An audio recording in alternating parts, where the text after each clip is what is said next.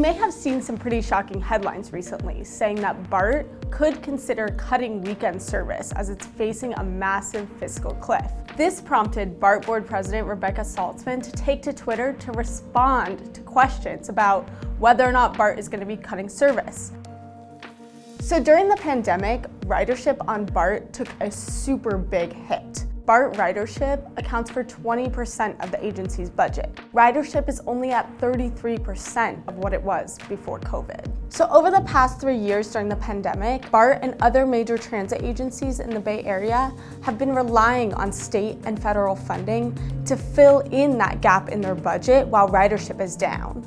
So BART has been stretching those funds, and they say that they'll last them until 2025. At that point, the agency is going to have to find a different source of funding. But what is that source of funding? BART isn't quite sure where that funding is going to come from. What they said is that they'll be asking the state for funding to fill that gap, but in the long term, ultimately, they're going to try to pass another transit tax to get the taxpayers to pay for it. So the reason you might have seen that BART was considering cutting weekend services is because of a homework assignment that it was given by the Metropolitan Transportation Commission, which oversees BART and all the other transit agencies in the Bay Area. Basically, the MTC asked BART to consider 3 different ridership scenarios in the future and to find out if cutting service would help with their budget problems.